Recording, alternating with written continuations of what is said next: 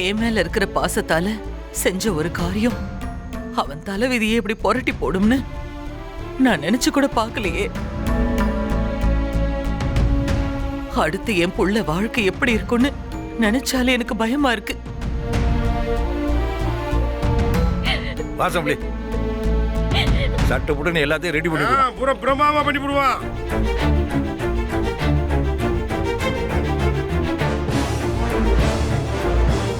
மதனி, இவங்க 2 பேரும் என்ன ரூமுக்குள்ள பூ கூட அது இதெல்லாம் தூக்கிட்டு போயிட்டு இருக்காங்க? என்ன நடக்குது மதனி? ஏன் மதனி, இம்புட்டு தூரம் அவ எல்லாரையும் மட்டு மரியாதை இல்லாம சவடாலா பேசிட்டு இருக்கா.